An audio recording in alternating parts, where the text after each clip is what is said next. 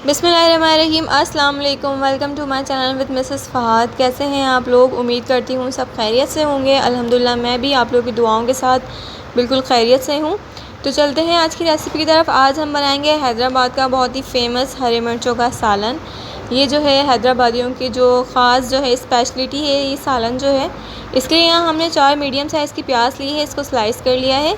इसके अलावा ड्राई मसालों में मैंने हाफ़ टी स्पून हल्दी ली है, 1 टेबलस्पून लाल मिर्च पाउडर और नमक हस्बे ज़ायक़ा लिया है।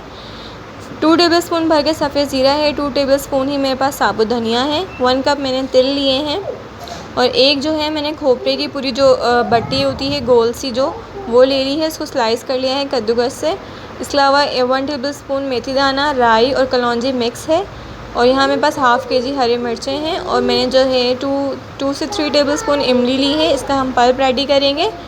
मिर्चें आप देख लीजिए हाफ़ केजी ली है मैंने और इसमें जो है हम सबसे पहले कट लगा लेंगे इस तरीके से नाइफ़ की मदद से।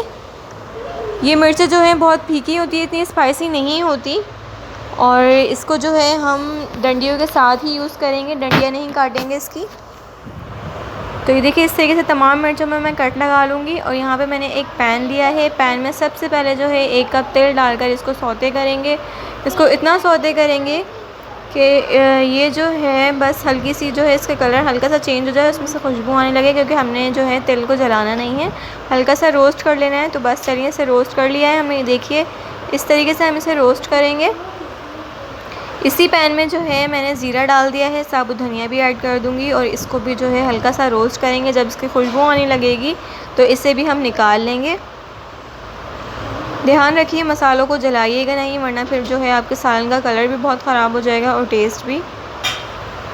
तो ये सौते हो गया था। इसके बाद मैंने इसी पैन में जो है अपना खोपरा भी ऐड कर दिया है, इसको भी हल्का सा रोस्ट करेंगे, इसका कलर चेंज नहीं करना है। रोस्ट हो गया है। इसी पैन में मैंने जो है अपनी जो 4 मीडियम साइज़ की प्याज स्लाइस की हुई थी वो ऐड कर दी है और थोड़ा सा तेल डाल के इसको इतना भूनना है कि जो प्याज है हमारी वो सॉफ़्ट हो जाए और हल्का सा पिंक कलर आ जाए। इसको हमने गोल्डन ब्राउन नहीं करना है। ये देखिए इस तरीके से प्याज सॉफ़्ट हो गई है सौते होने के बाद। बस इसी पोजीशन पे प्याज चाहिए हमें। तो हमने यहाँ ब्लेंडर में अपनी प्याज ऐड कर दी है। अब इसमें जो है आधा गिलास पानी ऐड करके इसको जो है अच्छे से पीस लेंगे।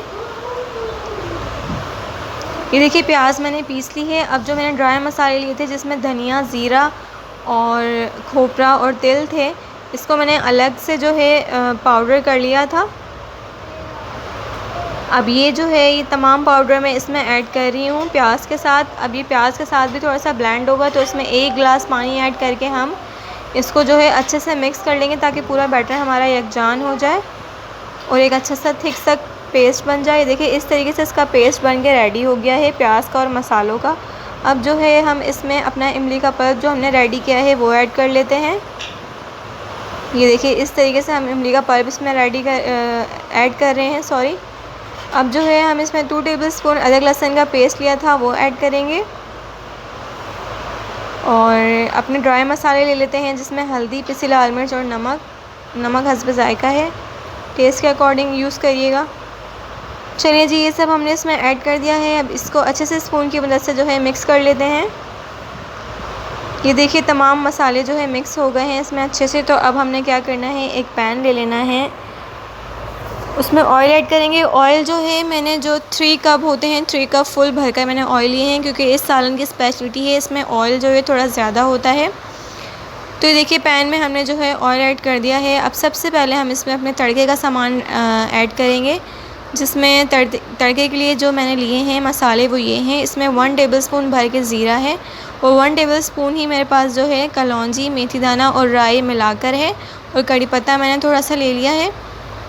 तो इसको तेल में ऐड करने के बाद थोड़ा सा कड़कड़ाएंगे, जलाना नहीं है इसे भी हमने, क्योंकि मज़ीद मसाले के साथ कुक होगा तो वो ऑलरेडी जो है डार्क हो जाएगा। तो हल्का सा इसको कड़कड़ाएंगे।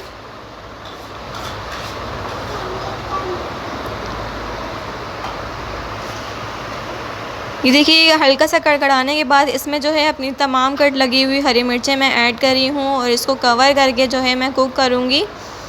मिर्चों को हमने बस सॉफ़्ट करना है, हल्का सा इस पर ब्राउन सा जो है कलर का शेड आ जाए, बस इतना मिर्चें कुक करेंगे कवर करके। जो है आप 10 मिनट्स में हमारी जो मिर्चें हैं वो रेडी हो जाएंगी।